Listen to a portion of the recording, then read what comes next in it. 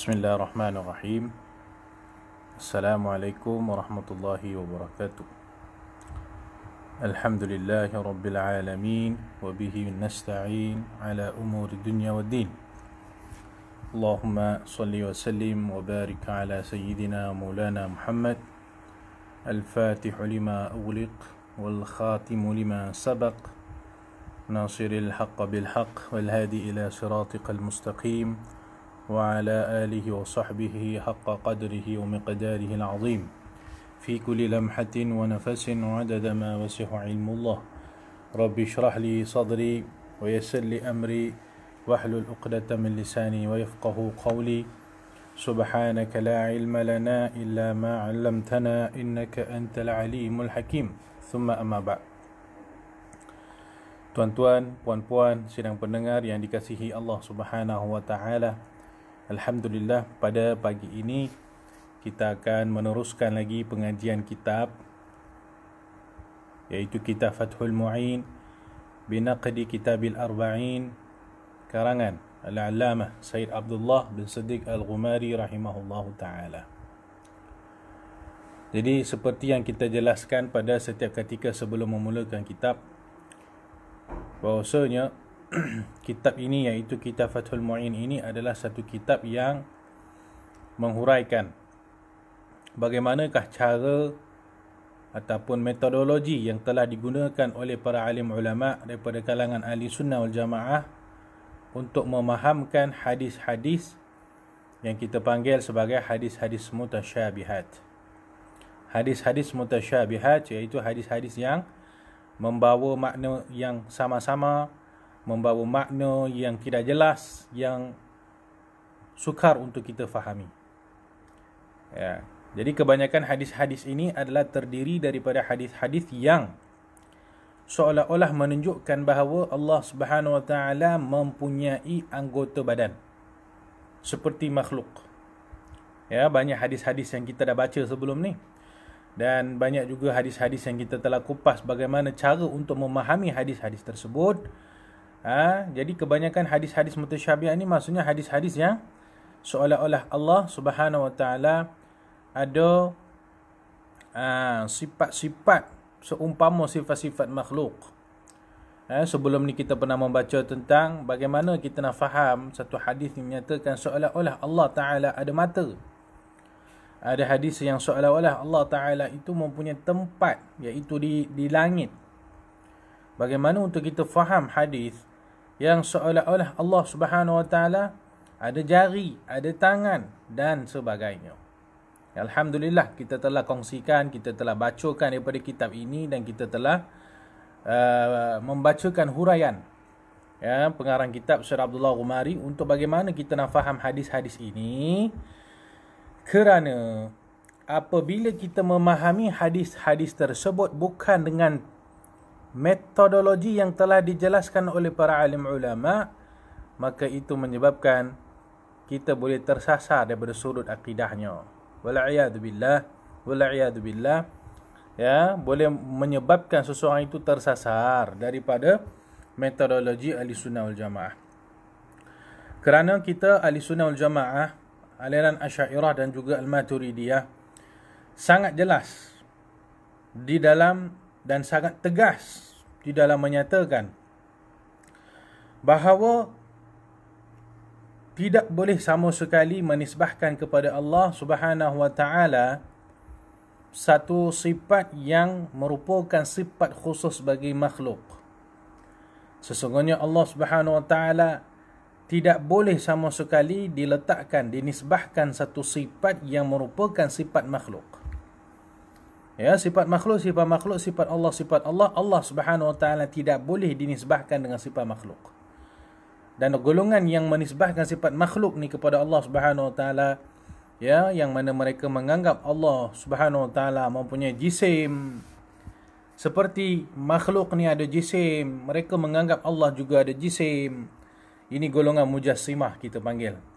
Satu golongan dalam Islam ada satu golongan namanya golongan mujassimah. Itu golongan yang menjisimkan Allah Subhanahu wa taala, yang menganggap Allah Subhanahu wa taala ada jisim, ada tangan, ada bentuk, ada rupa, ada mata, ada jari dan sebagainya. Dan ada juga satu golongan lain di dalam Islam, iaitu golongan musyabbihah. Ya, golongan musyabbihah maksud dia golongan yang menyerupai, bukan golongan yang samakan Allah Subhanahu wa taala dengan makhluk. Dan kedua-dua golongan ini, kedudukan mereka di sisi Ahli Sunnah wal Jamaah adalah sesat. Mujassimah dan juga musyabbihah telah dihukumkan oleh ulama kita, ulama Ahli Sunnah wal Jamaah, sebagai sesat. Kerana apa? Kerana mereka tidak mensucikan Allah Subhanahu wa taala dengan sebenar-benar kesucian. Mereka telah menisbahkan sifat-sifat yang kurang kepada Allah Subhanahu wa taala. Ya, tuan-tuan dan puan-puan yang dikasihi Allah Subhanahu wa taala. Jadi kalaulah kita tidak mempelajari cara nak mahamkan hadis-hadis ni dengan baik, maka tidak mustahillah seseorang itu boleh terjebak, boleh terjebak ke dalam kefahaman mujassimah dan juga musyabbihah dalam keadaan dia tidak sedar. Dalam keadaan dia tidak sedar dan dalam keadaan dia tak sengaja.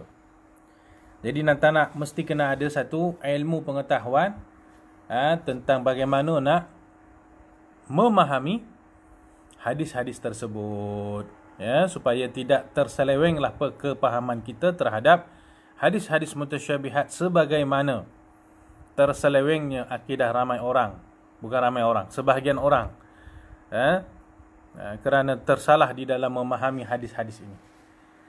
Tuan-tuan dan puan-puan yang dikasihi Allah Subhanahu wa taala, ini adalah satu kitab yang sangat bagus dan sangat berilmiah. Sangat bagus dan sangat berilmiah. Kerana kupasan-kupasan dan cara untuk memahamkan hadis-hadis dalam ini dikupas dengan cara yang begitu detail dan complicated. Kalau setengah hadis di sini dalam kitab ini dihuraikan daripada sudut ilmu mantiq. Ada setengah hadis dalam kitab ini dihuraikan dengan melalui ilmu balaghah. Ada setengah hadis dalam kitab ini dihuraikan dengan cara ilmu usulul fiqh. Jadi setiap hadis itu mesti memerlukan ilmu pelbagai cabang untuk kita faham hadis itu. Menunjukkan bahawa Al-Quran dan juga Sunnah bukanlah satu perkara yang kita baca dan kita terus boleh faham begitu sahaja. Al-Quran dan Sunnah bukanlah bacaan yang kita baca dan terus faham dengan cara yang kasar ataupun cara literal secara zahir dan sebagainya. Tetapi Al-Quran dan Sunnah memerlukan ilmu untuk kita faham. Ilmu yang banyak, ilmu yang luas, ilmu yang mendalam untuk memahamkan Al-Quran dan juga Sunnah tersebut. Maka tuan-tuan dan puan-puan yang dikasihi Allah Subhanahu wa taala, seseorang yang nak memahamkan Quran, memahamkan hadis, mesti mempunyai penguasaan ilmu. Penguasaan ilmu bahasa Arab, ilmu nahwu, saraf, balaghah, penguasaan ilmu mantik, penguasaan ilmu usulul fiqh, penguasaan begitu banyak ilmu-ilmu yang diperlukan untuk memahami Al-Quran dan juga As-Sunnah. Maka orang yang cuba memahamkan Quran Sunnah tanpa penguasaan ilmu sebegini, sebenarnya boleh, ini yang kita tak katakan tadi, boleh terjerumus ke dalam salah faham terhadap Quran Sunnah.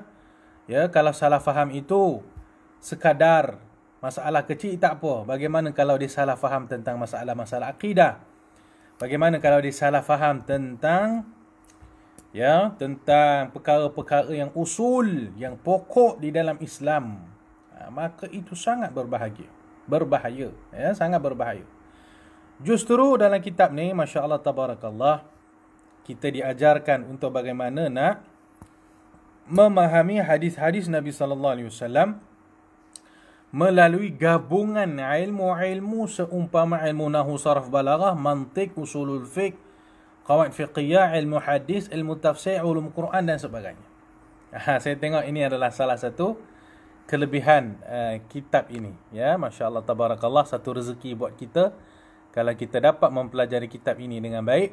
Dan satu rezeki jugalah untuk kita dapat tengok kitab ini telah diterjemah dalam bahasa Melayu dan dicetak dan disebarkan oleh Jabatan Mufti Negeri Sembilan. Alhamdulillah. Adalah rezeki kita dapat mengaji dalam bahasa Melayu ni tuan-tuan. Kalau tak, kena mengaji dalam bahasa Arab. Kan? Baik. kitab ni, ya, kitab Fathul Mu'in binaqdi Kitabil Arba'in, muka surat 30. Bismillahirrahmanirrahim. Kritikan terhadap bab Allah Subhanahu Wa Taala mencipta syurga Firdaus dengan tangannya. Telah diriwayatkan hadis daripada Anas bin Malik radhiyallahu anhu, sesungguhnya Nabi SAW bersabda, Inna Allah Azza wa Jalla khalaqal firdausa biyadih wa hazaraha ala kulli musyrikin wa mudmini khamrin sikirin. Sesungguhnya Allah Subhanahu wa Taala telah menciptakan syurga Firdaus dengan tangannya, dan dia melarang syurga itu daripada dimasuki oleh orang musyrik dan pemabuk yang minum arak sehingga tidak sedarkan diri. Jadi ini adalah satu hadis yang diriwayatkan oleh Imam Al-Baihaqi dan diriwayatkan oleh Imam Abu Nuaim Al-Asbahani dan dalam kitab Hilyatul Awliya dan juga lain-lain. Jadi hadis ni tuan-tuan dan puan-puan, menyatakan sesungguhnya Allah Subhanahu Wa Taala telah menciptakan syurga Firdaus itu dengan tangannya. Dan hadis ini telah dijadikan sebagai satu dalil oleh sebahagian orang untuk mengisbatkan bahawa Allah ada tangan. Itu dia masalahnya. Jadi dalam hadis kata Allah cipta syurga Firdaus tu dengan tangan, maka orang pun ambil hadis ni, mereka menyatakan Allah ada tangan. Allah ada tangan. Maka dengan tangan Allah itu Allah Ta'ala ciptakan syurga. Maka perlu kita lihat, adakah betul memahami hadis ini dengan maksud Allah ada tangan? Itu je kita nak faham. Betul ke pandangan yang mengisbatkan bagi Allah anggota tangan kerana bersandarkan kepada hadis yang ini? Tu nak tengok. Baik. Pengarang kitab iaitu Syed Abdullah Al-Ghumari menyatakan, ini hanyalah pandangan yang melampau dalam menetapkan sesuatu tanpa menggunakan akal dengan sebaiknya. Nak ambil hadis ni, nak kata Allah Ta'ala mempunyai tangan. Itu adalah pandangan yang melampau dalam menetapkan sesuatu tanpa akal dengan sebaiknya. Ya, maka beliau menyatakan hadis ini seumpama dengan hadis innallaha khalaqa jannata 'adnin biyadihi. Sesungguhnya Allah Subhanahu Wa Taala menciptakan syurga Adni dengan tangannya. Begitu juga dengan hadis Nabi SAW, khalaqallahu Adama biyadihi. Sesungguhnya Allah Subhanahu Wa Taala menciptakan Nabi Adam dengan tangannya. Dan firman Allah Subhanahu Wa Taala dalam Al-Quran, Ya iblisu ma mana'aka an tasjuda lima khalaqtu biyadai. Wahai iblis, apa yang menghalangmu daripada turut sujud kepada Adam yang telah aku ciptakan dengan kedua tanganmu? Dengan kedua tanganku. Surah As-Sad. Kesemua dalil ini bukanlah menunjukkan bahawasanya Allah Subhanahu Wa Taala memiliki tangan, tetapi ia menunjukkan kepada inayah, iaitu ambil berat dan takhsis, menjadikan sesuatu perkara khusus bagi seseorang. Sesungguhnya Allah Subhanahu Wa Taala memberikan perumpamaan inayahnya terhadap syurga Firdaus dengan menyatakan bahawa dialah yang menciptakan syurga itu dengan tangannya. Begitu juga syurga Adnin. Dalam pada itu Allah Subhanahu Wa Taala menerangkan tentang inayahnya kepada Nabi Adam alaihissalam, di samping dikurniakan keistimewaan ilmu dan khilafah di muka bumi dengan menyatakan bahawa dialah yang menciptakan Nabi Adam dengan tangannya. Kesemua ini adalah untuk menolak iblis yang ingkar untuk sujud kepada Nabi Adam. Kesemua ini adalah menolak sesungguhnya bukanlah semua yang dinyatakan dalam Al-Quran ataupun hadis-hadis dalam bentuk inayah dan taksis itu menunjukkan kepada sifat Allah Subhanahu Wa Taala seperti perkataan yadaini. Jadi tuan-tuan, puan-puan, di dalam apa yang kita baca tadi dijelaskan bahawasanya Bukanlah maksud Allah Ta'ala menciptakan Nabi Adam tu dengan tangan, maksudnya Allah ada tangan. Bukanlah maksud Allah Subhanahu Wa Ta'ala menciptakan syurga itu dengan tangan, maksudnya Allah ada tangan. Bukan macam tu. Ya. Kerana tangan di sini tidak menunjukkan maksud yang sebenarnya.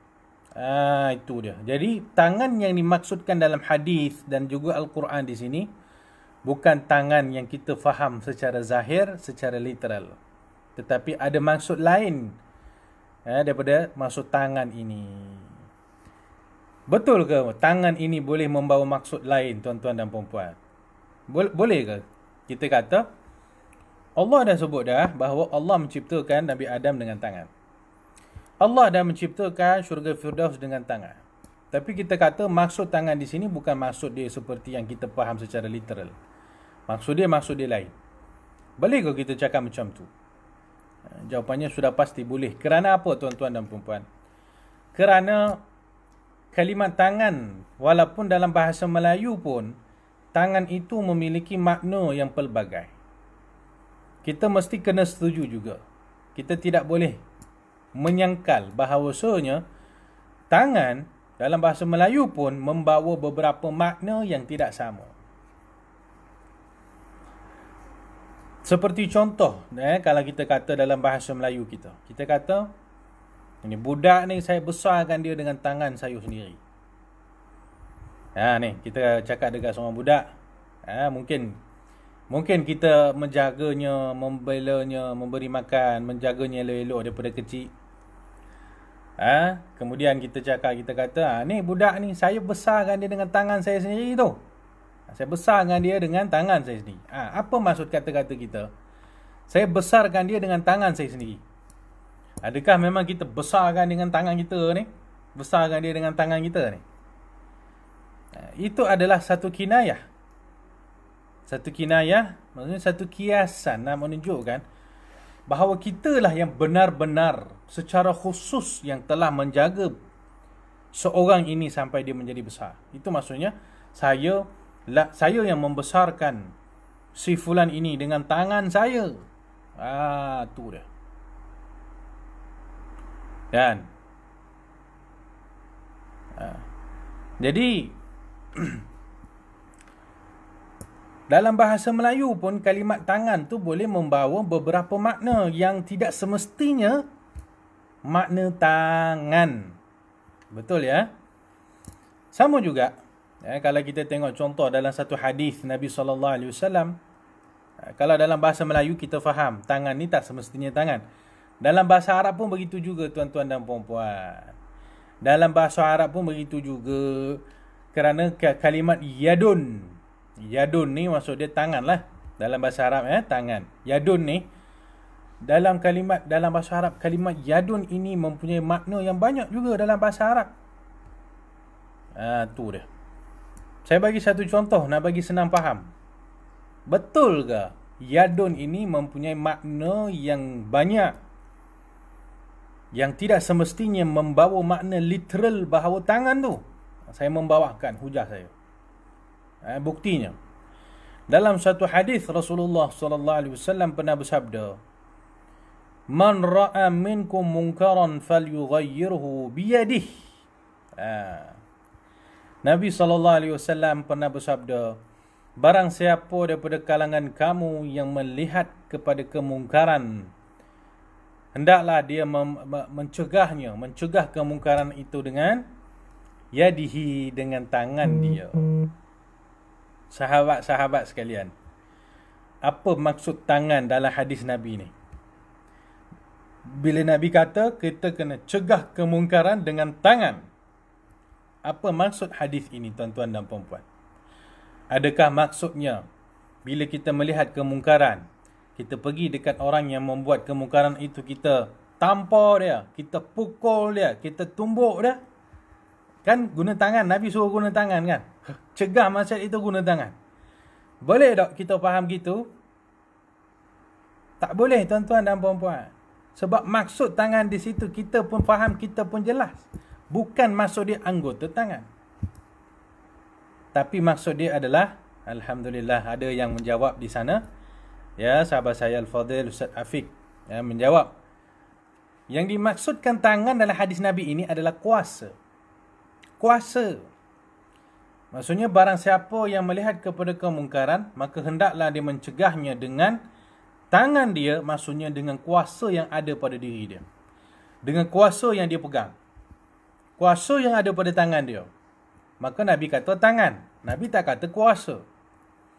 Maka kalimat tangan, yadun di dalam hadis ini, nak tono kita kena terima dia bahawasanya ia menunjukkan kuasa dan tidak menunjukkan kepahaman literal iaitu anggota tangan. Maka begitulah kepahaman yang perlu ada pada kita apabila kita membaca yadun di dalam hadis-hadis yang lain juga. Ya, bila Allah Subhanahu Wa Taala sebut Allah yang menciptakan Nabi Adam dengan tangannya, Allah yang menciptakan syurga dengan tangannya, maka tidaklah maksud tangan di sini adalah tangan anggota badan.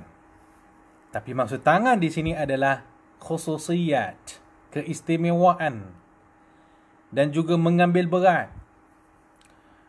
Bila Allah Subhanahu Wa Taala menyatakan dalam Al-Quran, ya iblisu ma mana'aka an tasjuda lima khalaqtu biyadai. Wahai iblis, apa yang menghalang kamu daripada turut sujud kepada Nabi Adam yang aku telah ciptakan dengan kedua tanganmu, kata Allah Ta'ala. Maksud dia Allah Ta'ala nak tanya iblis, saya sendiri yang ciptakan Adam itu, bukan orang lain. Saya selaku maksudnya Allah yang telah menciptakan. Allah secara khusus telah menciptakan Nabi Adam itu sendiri. Bila iblis disuruh untuk sujud, iblis tak nak sujud. Maka Allah tanya, siapa ciptakan Nabi Adam itu kalau bukan aku? Allah menyatakan, siapa yang aku sendiri yang telah menciptakan Adam itu. Maka kenapa wahai iblis engkau engkau tak nak sujud kepada dia? Ya. Jadi maksud ayat Quran di sini, tangan di sini adalah bukan tangan dengan erti kata anggota badan, tetapi maksud tangan di sini adalah tangan yang memberi maksud yang lain. Baik, di sini ada satu soalan yang sangat menarik daripada Al-Fadhil Ustaz Afiq. Adakah semua perkataan tangan dalam hadis dan Quran tidak membawa maksud tangan semata-mata Ustaz? Maka jawapan saya, ini tuan-tuan dan puan-puan kena ada sedikit basic ilmu al-balaghah. Ilmu balaghah ni akan mengajarkan kita satu dalil nas apabila datang tanpa ada sebarang qarinah, ada hin-hin yang menunjukkan maksud dia lain, maka kita akan ambil maksud dia yang zahir tadi. Ya, maksudnya okey, senangnya macam ni. Tangan dalam Al-Quran dan juga hadis, maksud dia tu perlu disesuaikan dengan konteks, bergantung kepada qarinahnya. Kalau ada qarinah yang menunjukkan bahawa tangan di sini bukan maksudnya tangan zahir, maka kita kena terimalah. Tapi kalau dalam konteks itu tidak menghalang untuk memahami hadis itu dengan tangan anggota badan, maka kita ambil yang maksud anggota badan tadi. Jadi maksud tangan itu tidak, kata orang, tidak, dia bersifat subjektif, berubah-ubah mengikut konteks dan berubah-ubah mengikut ada ataupun tidak qarinah. Ada tempat memang kita akan terima tangan itu dengan tangan anggota badan, kita terima, tak ada masalah pun.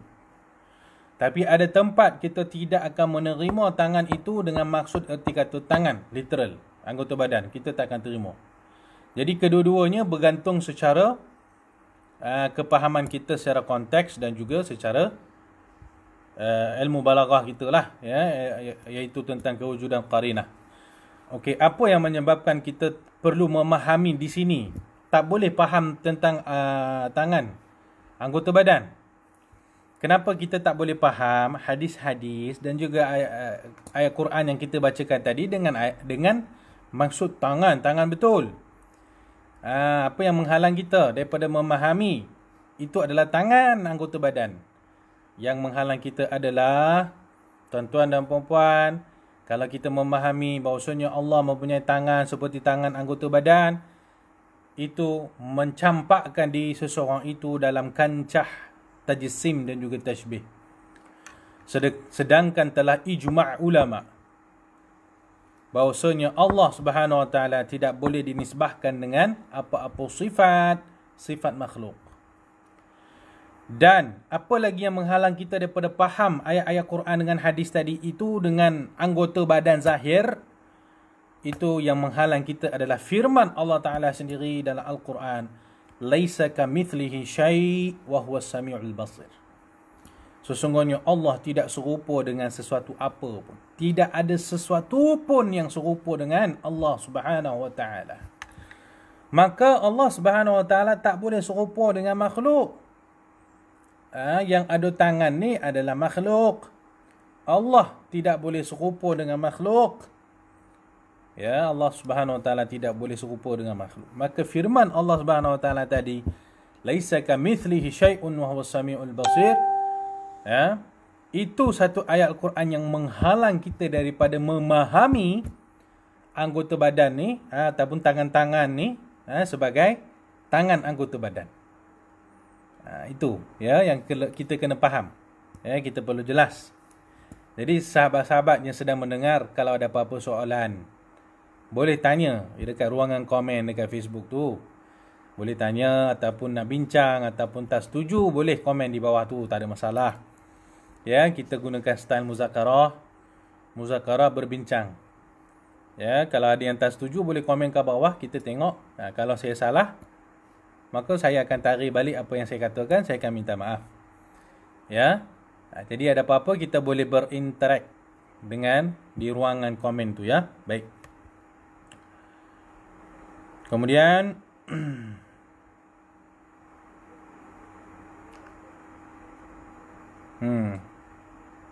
panjang penjelasannya di sini.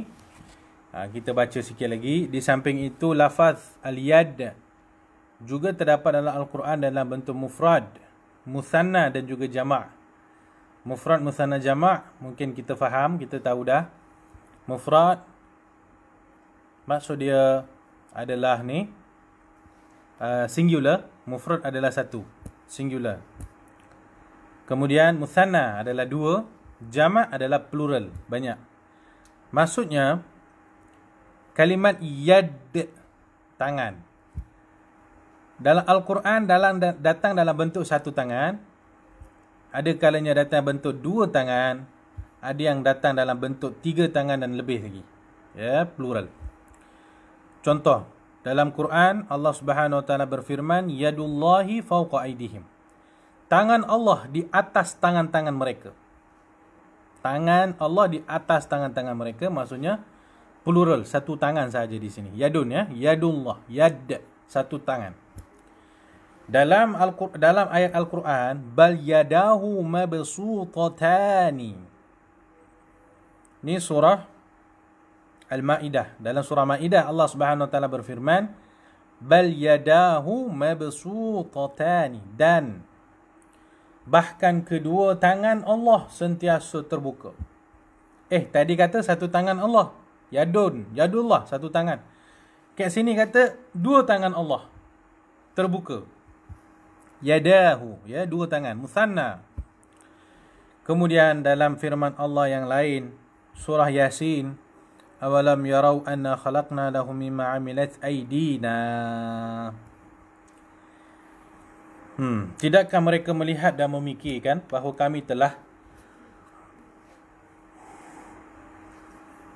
kami telah menciptakan untuk mereka binatang-binatang ternakan di antara jenis-jenis makhluk yang telah kami ciptakan dengan tangan-tangan kami. Aidina, jama', plural. Ya, tangan-tangan kami. Di sini kita tengok Allah Ta'ala menyatakan tangan-tangan pula. Jadi dalam satu ayat Quran Allah Ta'ala kata satu tangan sahaja. Dalam satu ayat Quran lagi menyatakan Allah pakai dua tangan. Dalam satu lagi ayat Quran menyatakan Allah ada banyak tangan, jama', plural ya, aidina, dalam surah Yasin. Okey, cuba kita tengok apa kata penulis. Kalau kita memahami semua ayat-ayat ini secara literal, sudah pasti kita akan menyatakan bahawa Allah punya satu tangan, dua tangan dan banyak tangan. Kejap Allah ada satu tangan, sebab kita ambil literal daripada firman Allah, Yadullah tu. Lepas tu kejap lagi seseorang itu akan menyatakan Allah ada dua tangan pula, kerana mengambil literal daripada firman Allah, Yadahu mabsutatani. Kemudian lepas itu mungkin dia akan menyatakan Allah ada banyak tangan, kerana ambil daripada firman Allah, awalam yarau anna khalaqna lahum mimma amilat aidina. Banyak tangan-tangan.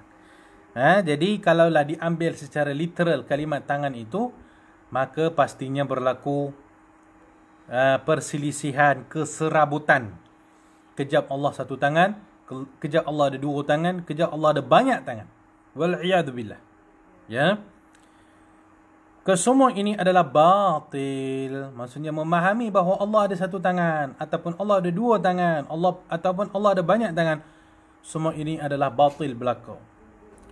Maka jalan terakhir untuk memahami perkataan ini adalah hanyalah dengan takwilkannya dengan berpandukan uslub ayat. Sahabat-sahabat, ini yang saya katakan tadi. Takwil tadi maksudnya memahami itu dengan menggunakan kaedah uslub ayat, mengikut konteks ayat tu. Ada ayat-ayat tertentu yang perlu kita faham begini, kita faham begini. Ada konteks tertentu kita boleh faham dengan cara lain, kita kena faham cara lain. Macam tadi, kita kata tangan.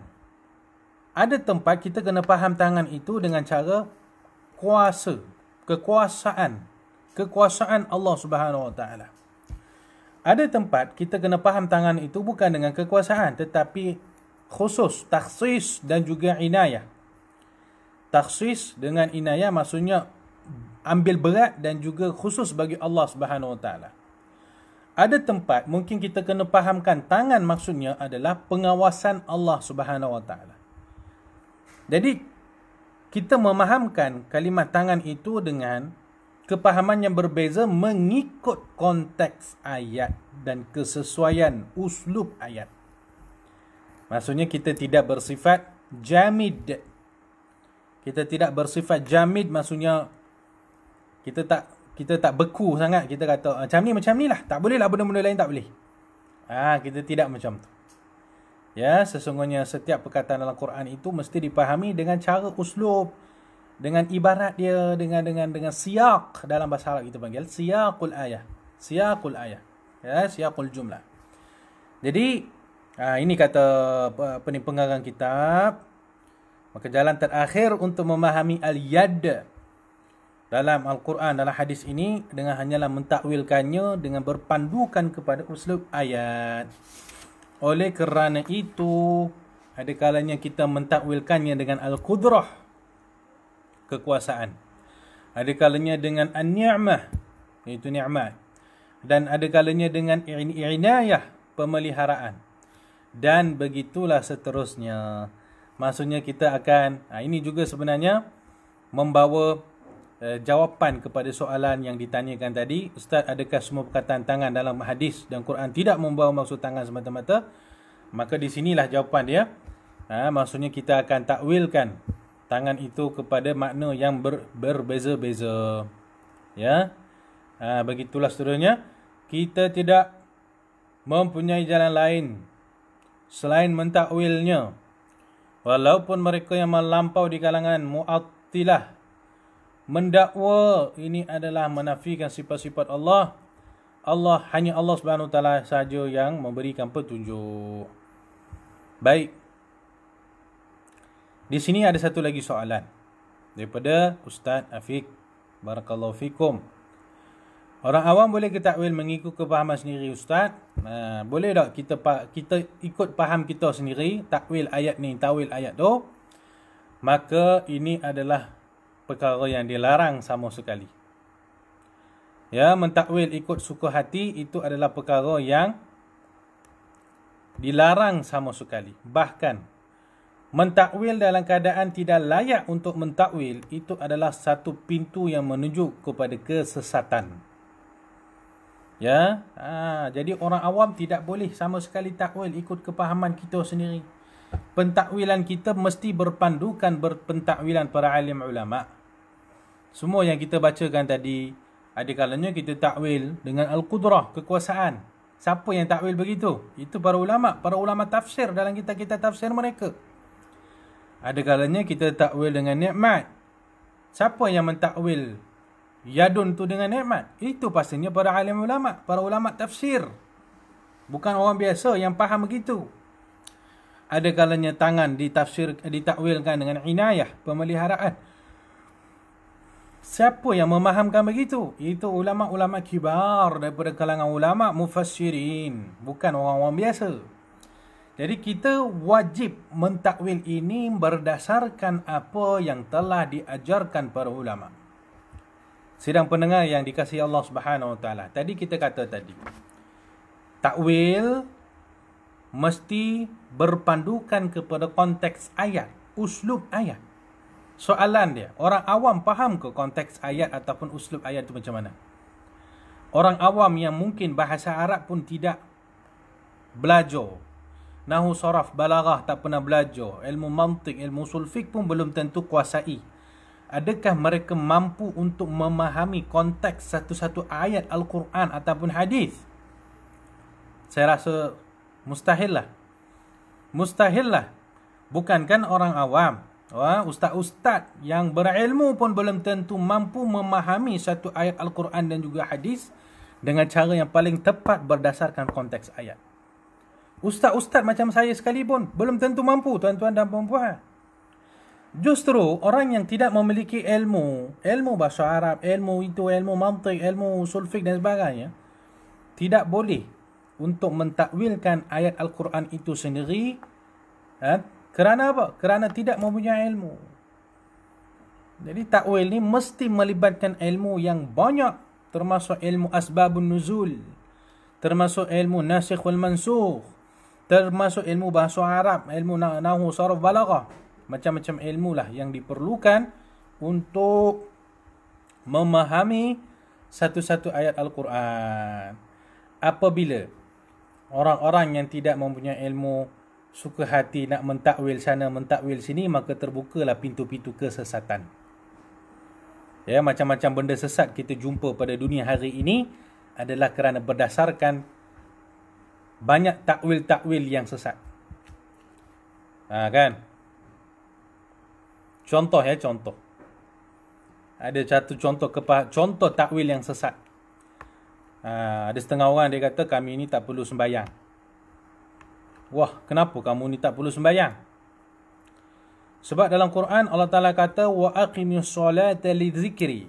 Allah Ta'ala kata dirikanlah solat untuk mengingatiku, kata Allah Subhanahu Wa Ta'ala. Maka kata golongan ini, kami ni dah sentiasa zikir, dah ingat dah kepada Allah. Kami ni sentiasa ingat pada Allah. Solat ke tak solat ke, kami sentiasa ingat kepada Allah. Maka yang penting kita ingat pada Allah.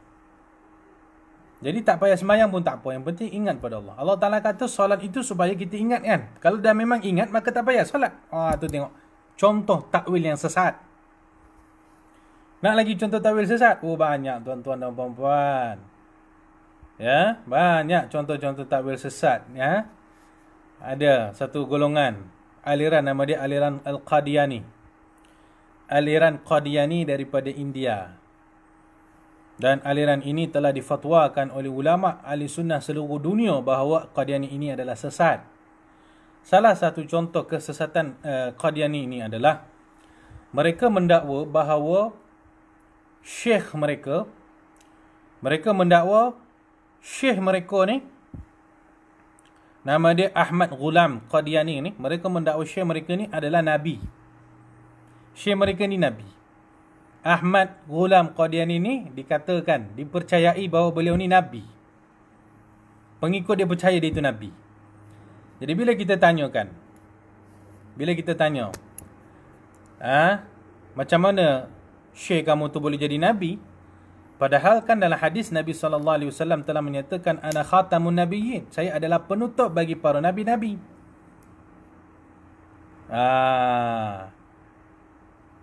Jadi kita tanya kepada dia. Nabi SAW, Nabi Muhammad SAW telah menyatakan, saya adalah penutup bagi para nabi-nabi. Dah tu kenapa ada lagi nabi lepas Nabi Muhammad ni? Kan? Cuba tengok apa jawapan mereka. Mereka takwil hadis tersebut. Mereka kata, maksud Nabi Muhammad SAW adalah, saya penutup sekalian nabi daripada kalangan orang Arab. Saya ni orang Arab yang menutup para nabi-nabi. Saya ni orang Arab. Maksudnya mereka mentakwilkan. Maksud ana khatamun nabiyyin minal Arab. Saya ni orang Arab yang menjadi penutup kepada nabi-nabi lain. Jadi maksud dia, kalau daripada kalangan bangsa-bangsa lain masih ada nabi lagi. Ya, maksudnya kita faham hadis tu, ahli sunnah faham. Nabi adalah penutup habis bagi sekalian nabi-nabi. Tak ada lagi nabi setelah Nabi SAW. Tapi mereka faham, oh no. Nabi ni penutup daripada kalangan orang Arab saja. Nabi ni tutup nabi-nabi untuk daripada kalangan orang Arab saja. Maksud dia daripada kalangan bangsa lain, bangsa Melayu, bangsa India tu boleh ada nabi lagi. Tengok macam mana mereka takwil hadis tersebut. Dengan takwilan yang sesat. Bak kata orang Terengganu lah, berat nanang. Macam tu ya. Ini contoh-contoh takwil yang sesat lagi menyesatkan. Kita selalu terjebak dengan takwilan-takwilan suka sendiri. Ini syok sendiri punya takwil, tuan-tuan. Contoh, kita kat rumah. Isteri kata, bang, tolong buang sampah. Kita kata, okey, saya buang sampah. Sampai petang, sampah tu tak buang lagi. Ngamuk lah isteri. Bang, kenapa tak buang lagi sampah ni bang? Kan dah suruh buang lah tadi. Maka suami pun dengan confidentnya menjawab, oh, suruh buang sekarang ke? Saya ingat suruh buang malam nanti. Saya ingat nak buang malam nanti. Oh, tengok si suami takwil dia macam mana. Isteri dah kata, bang, buang sampah. Dia faham, maksud dia buang sampah waktu malam. Dia takwil sendiri. Macam-macam. Macam-macam bentuk takwilan yang biasanya kita buat. Ya, kan?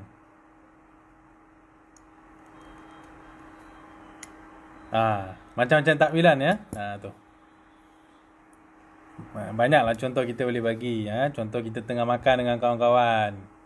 Tengok makanan tu ada lebih. Maka kawan-kawan kita kata, ni makanan lebih ni. Makanan lebih. Kita pun duk pergi, ambil makanan lebih tu, kita makan. Habis semua. Tengok ada seorang lagi kawan tak makan lagi. Tengok kawan tu tak makan lagi. Kita pun kata, tadi kata lebih. Memanglah lebih, tapi bukan suruh habis kan. Tu dia. Jadi kita takwil, lebih. Kalau lebih ni maksudnya boleh habiskan lah. Kita pun duk bantai habis.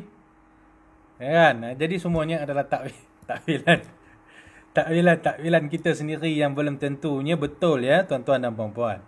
Kalau kita mentakwilkan kata-kata sahabat kita sendiri, isteri sendiri, mak ayah kita sendiri, orang sekeliling kita sendiri, takwil kata-kata mereka pun boleh silap. Mentakwilkan kata-kata mereka pun kita boleh tersilap dan tersasar. Agak-agak bagaimana dengan tanpa ilmu kita nak takwilkan kalam Allah dan kalam Rasul. Maka itu adalah jawapan saya kepada soalan tadi. Tidak boleh sama sekali orang awam, bukan orang awam yang biasa, ustaz-ustaz macam saya sekalipun, yang kononnya nak mentakwil ini tanpa ilmu yang cukup. Urusan takwil ni kita serah kepada para alim ulama, ulama tafsir yang mempunyai ilmu yang begitu luas di dalam Al-Quranul Karim. Mereka inilah yang akan membuat takwilan yang secocok, yang selaras, sesuai dengan konteks dan juga uslub ayat, dalam keadaan meraihkan asbabun nuzulnya, meraihkan maki madaninya, meraihkan ilmu nahwu saraf balaghahnya dan lain-lain. Baik, tuan-tuan dan puan-puan yang dikasihi Allah Subhanahu Wa Taala, saya rasa sampai di sini kita pada hari ini. Mudah-mudahan ada sedikit manfaat yang dapat kita kongsikan sama-sama, insya-Allah taala. Terima kasih kepada sahabat-sahabat yang setia mendengar, khususnya sahabat saya Al-Fadhil Ustaz Muhammad Afiq. Terima kasih di atas soalan-soalan yang dilontarkan dan kesudian untuk bersama pada pagi yang berbahagia ini, insya-Allah. Mudah-mudahan ada rezeki untuk kita bertemu pada minggu hadapan dengan tajuk yang lain. Wallahu a'lam. Kita tangguh dengan tasbih kifarah dan surah Wal-Asr. Bismillahirrahmanirrahim. Subhanakallahumma bihamdika asyhadu an la ilaha illa anta astaghfiruka wa atubu ilaik. Bismillahirrahmanirrahim. Wal-Asr. Innal insana lafi khusr illa alladhina amanu wa 'amilus salihati wa tawassaw bil haqqi wa tawassaw bis sabr. Wallahu a'lam. Assalamualaikum warahmatullahi wabarakatuh.